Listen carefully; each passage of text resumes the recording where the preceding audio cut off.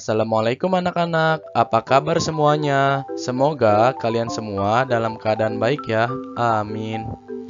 Hari ini kalian akan belajar bersama Pak Syazili Al-Akbari. Sebelum kita lanjut, jangan lupa like, share, komen, and subscribe ya. Oke, kita lanjut. Pembelajaran hari ini adalah tema 2, subtema 1, pembelajaran ketiga.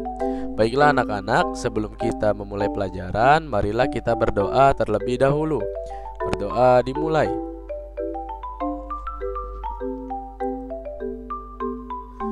Berdoa selesai. Pembelajaran hari ini ialah pelajaran Bahasa Indonesia KD 3.2 tentang menyajikan informasi penting dalam bentuk peta pikiran. Yang kedua yaitu pelajaran PKN KD 3.2 yaitu pengertian hak, kewajiban, dan tanggung jawab. Dan yang ketiga yaitu pelajaran IPS KD 3.2 tentang jenis-jenis kegiatan ekonomi di masyarakat. Perhatikan teks berikut ini untuk membuat peta pikiran. Nah, di sini ada judulnya yaitu Hari Menanam Pohon. Indonesia dikatakan sebagai paru-paru dunia.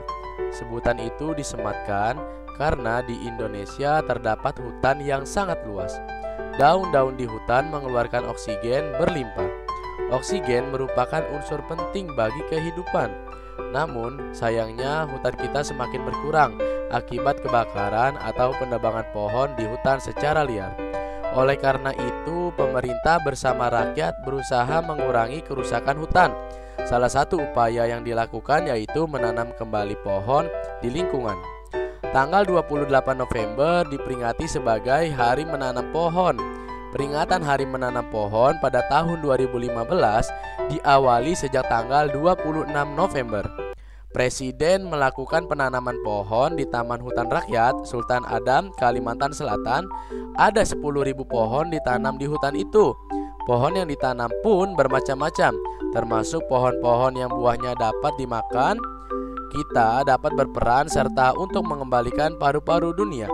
Menanam pohon tidak hanya dapat dilakukan di hutan. Kita dapat menanam pohon di lingkungan sekitar kita. Semakin banyak pohon di lingkungan kita, semakin banyak pasokan oksigen bagi kehidupan.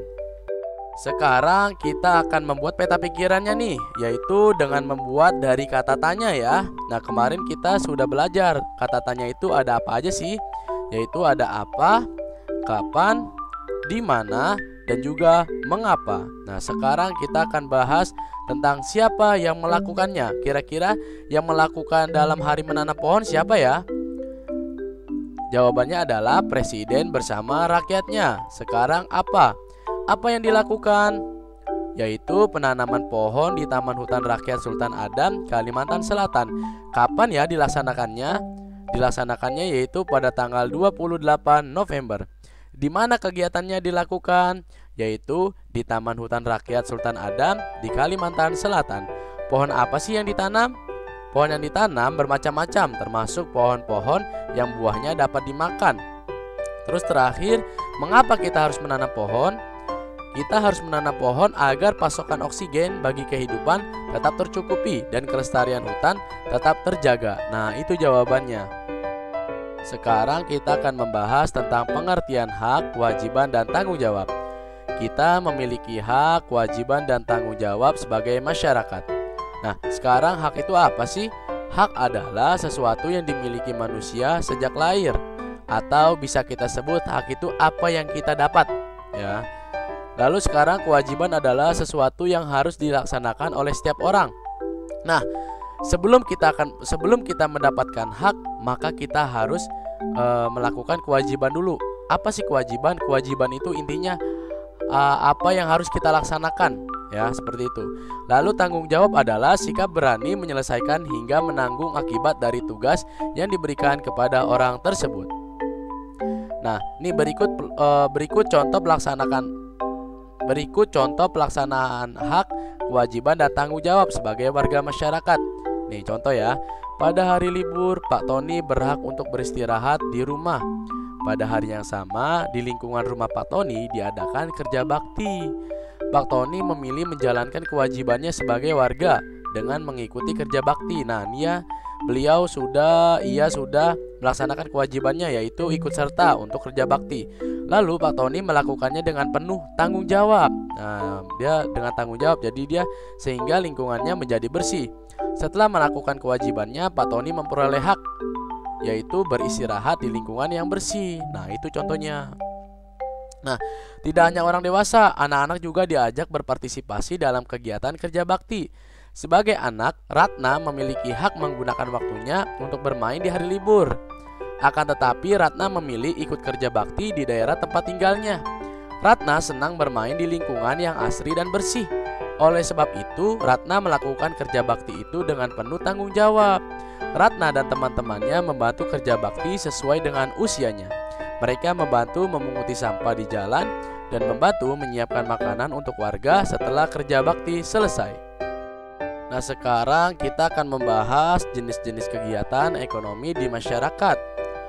Kegiatan ekonomi masyarakat berhubungan dengan proses pemenuhan kebutuhan hidup. Manusia tidak dapat menghasilkan semua barang yang dibutuhkan. Oleh karena itu, manusia melakukan berbagai jenis kegiatan untuk memenuhi kebutuhannya.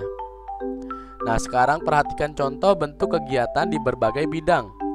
Nah, contohnya di bidang pertanian, bentuk kegiatannya yaitu bercocok tanam dan memanen hasil pertanian.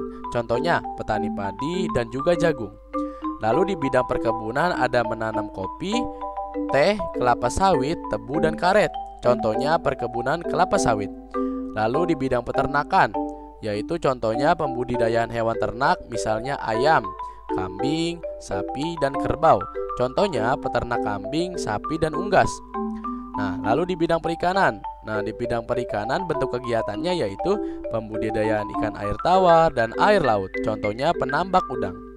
Dan di kehutanan ada juga kegiatan meningkatkan hasil hutan dengan menanam berbagai macam tumbuhan kayu, misalnya jati dan mahoni. Lalu di perindustrian ada mengolah bahan mentah menjadi barang jadi. Contohnya pabrik makanan kaleng, pabrik sepatu, dan pabrik kertas.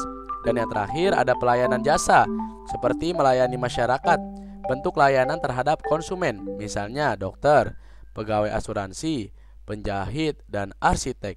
Seperti itu, dan guru pun sama. Nah, itu tadi pembahasan hari ini. Jangan lupa kerjakan halaman 24-nya ya. Langsung dikerjakan di buku paketnya. Semangat terus anak-anak. Terima kasih.